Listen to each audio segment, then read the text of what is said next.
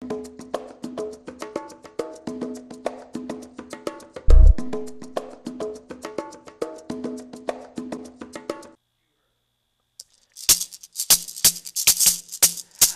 sound of the drums and the sound of the shakeré means it's time for the Griot Story Circle. Welcome. We're glad you're joining us to learn more about African American history and culture and all things Laurel. Today, we're going to find out about the Peace Corps. Have you ever been to another country to represent the United States? Well, I have. Your griot, Martha Ruff, was a former Peace Corps volunteer. And for 2 years, I lived in West Africa to teach and get to know people and to let them get to know what America was like. Well, there's a story from Africa that says, once a man who lived in a small village in Africa decided he wanted to see more of the world. And so he got his donkey and his youngest son, and they started on a trip. The man took a bag and his son set them on the donkey, and he climbed up behind, and they began on their trip. And they came to another bigger village. It was bigger than his village, and it was different. The houses were round, and they were in a round circle together, and the people were out working in the field. And as they looked at this man and boy and bag on a donkey, someone said, "Look at that man. Isn't he mean? He's riding on that poor old donkey." And the man felt bad. So the father got off the donkey and let his son ride as they went on to find another village and see what it was like. And they came to an even bigger village where the houses were made in squares and they had straw tops to them. And it was different from his village. And the people were working in the rice fields. And as they planted the rice plants in those watery fields, they looked up and saw the man and the boy on the donkey and that heavy bag, and they said, "Isn't that weird?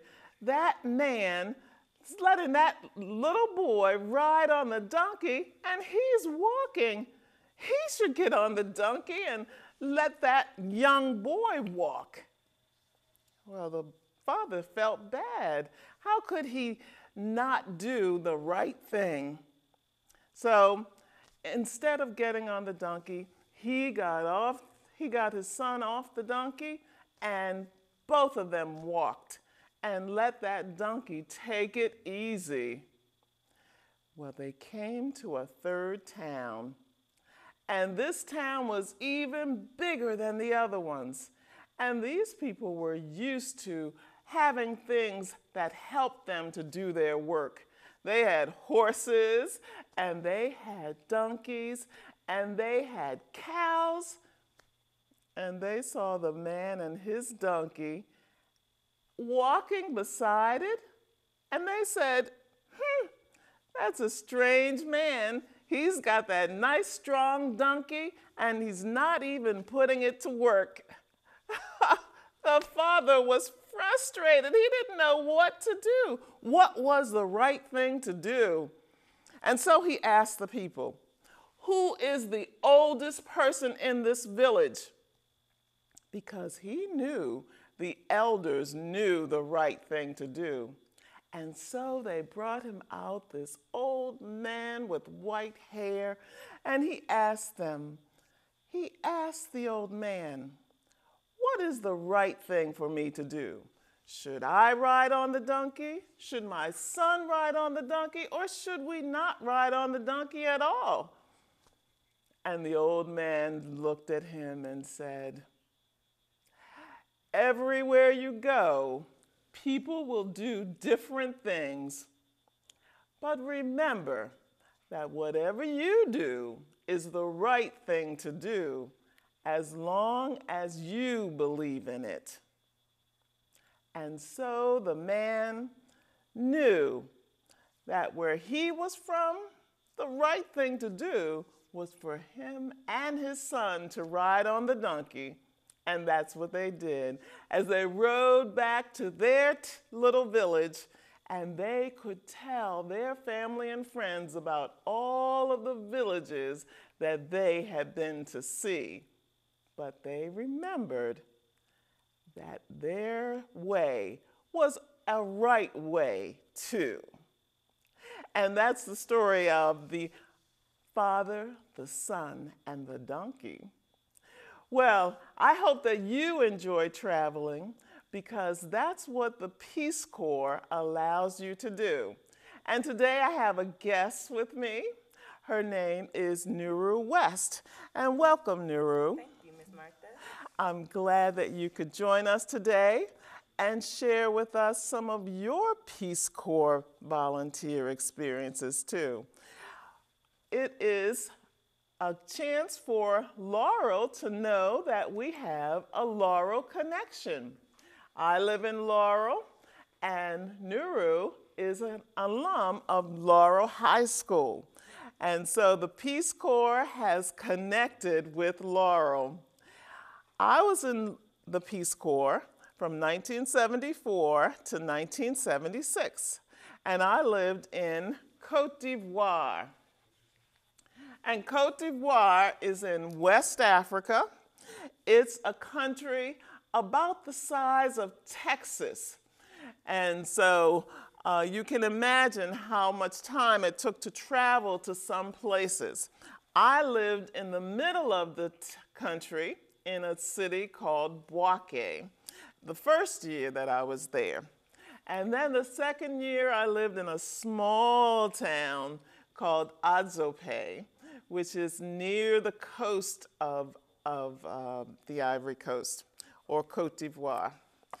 I was very impressed by the many artifacts that were available in the Ivory Coast. Here you see a man painting on cloth, and some of the gold work that they would do, and woodwork, and ceramics, and of course fabric. It was amazing to me to see people make fabric with just a piece of wood, a wooden frame, and even putting the yarn on their toes as they wove the fabric. I was able to bring back one artifact, and this is an Awari game. Some of you may know it as Mancala, but it is a game that you play, and many of the students that I taught played this game.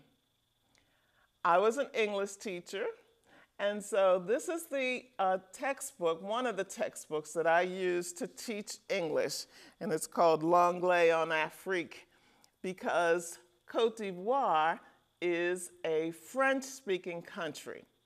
And so I taught English in a French-speaking country. Nuru, tell us how you got into the Peace Corps. Okay.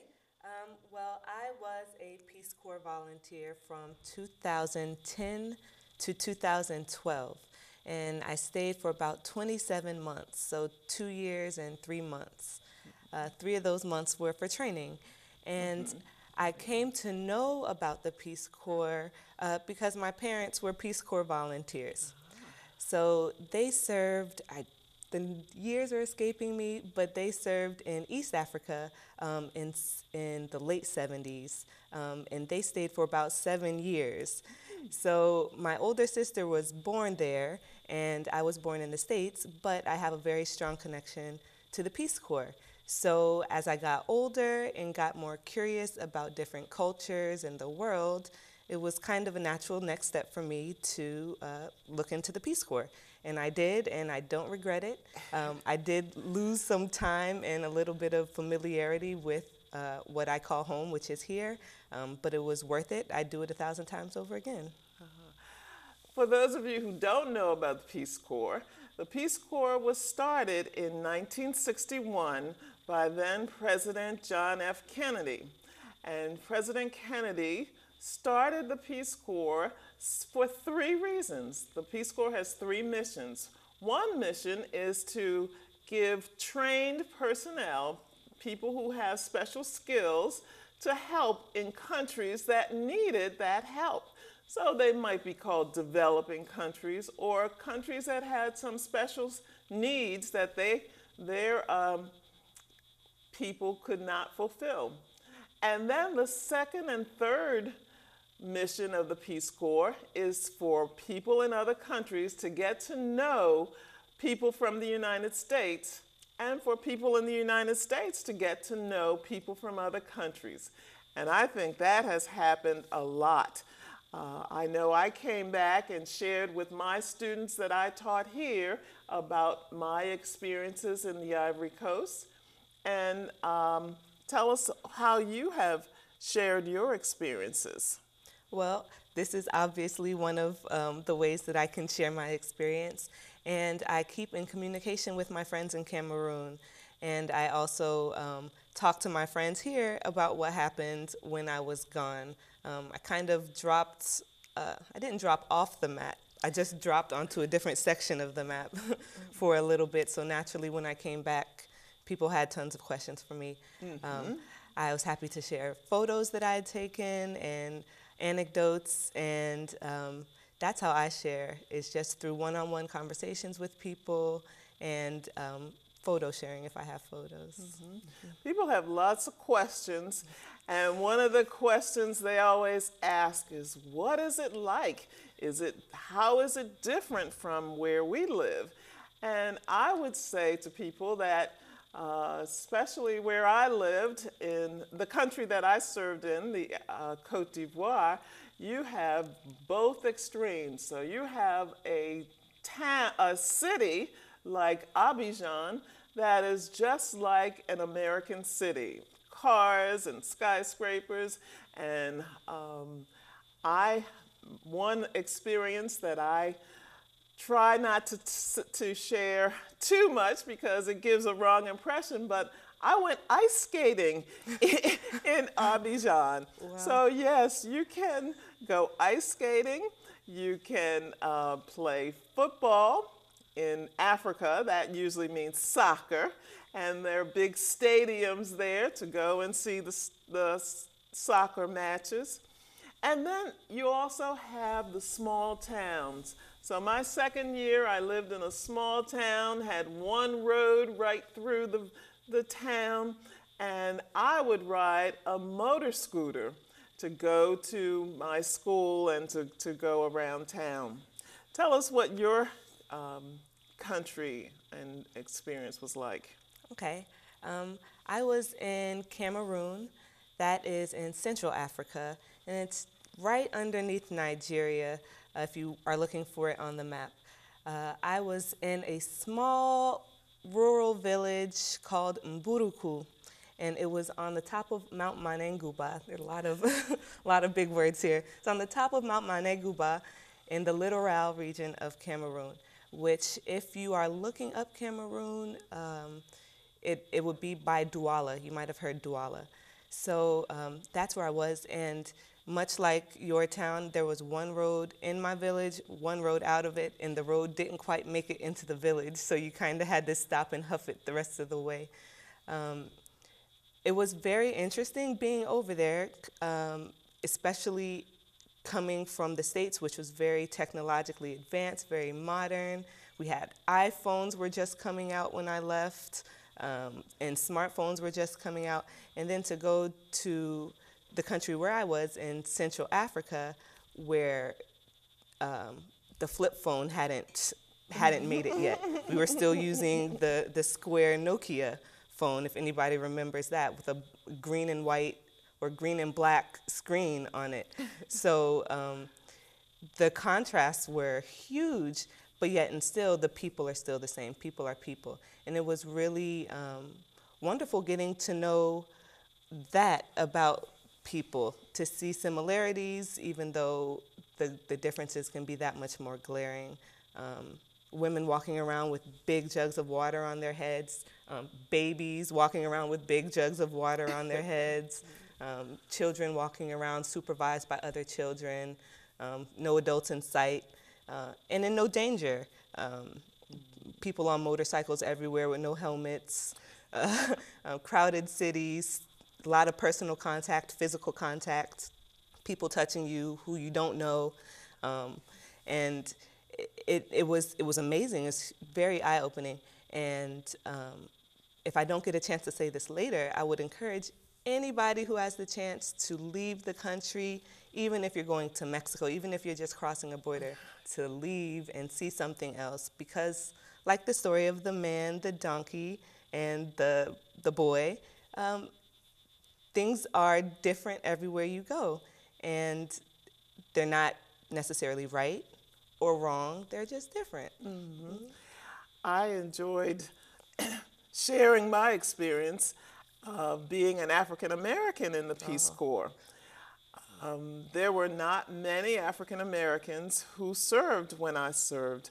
I think there were 3 of us, and for the Africans who got to know us, that was probably the first time they got to meet an African American. And so they had lots of questions, how we were different.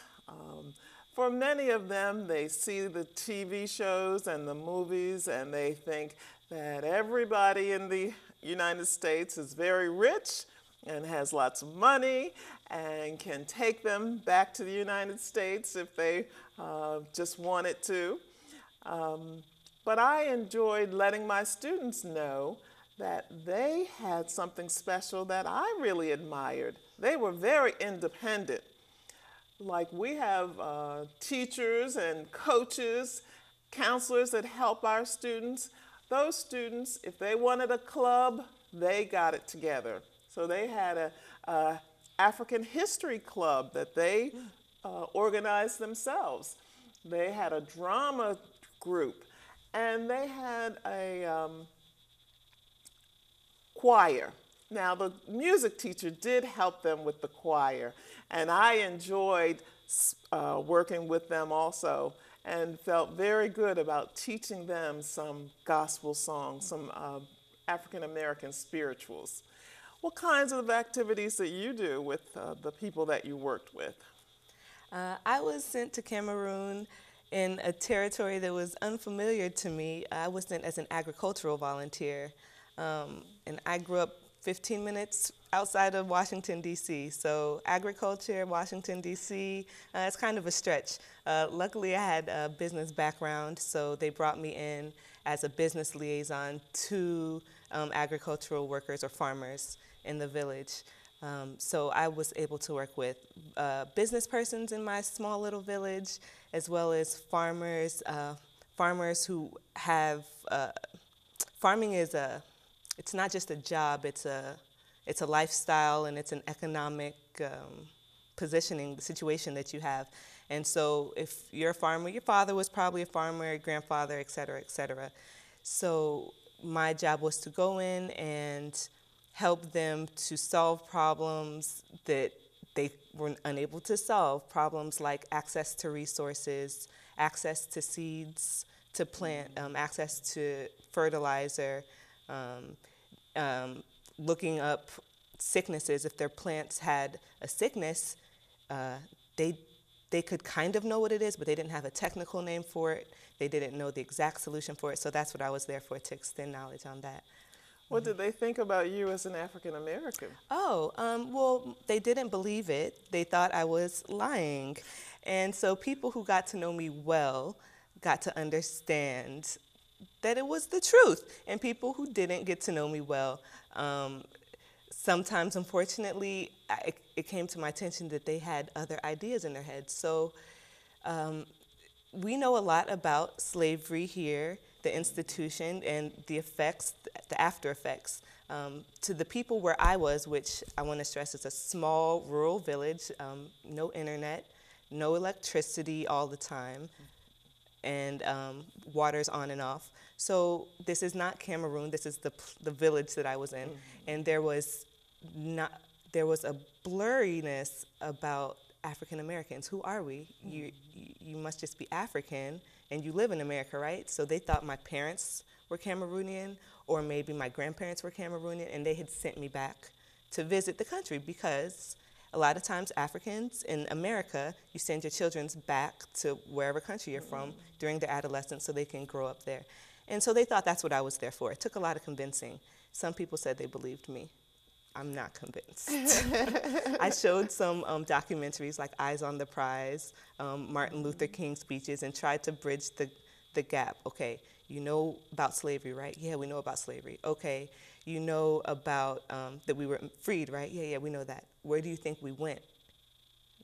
And that's where it stops to say, like, we're still there. We built families there. We built houses and lives there. We're there.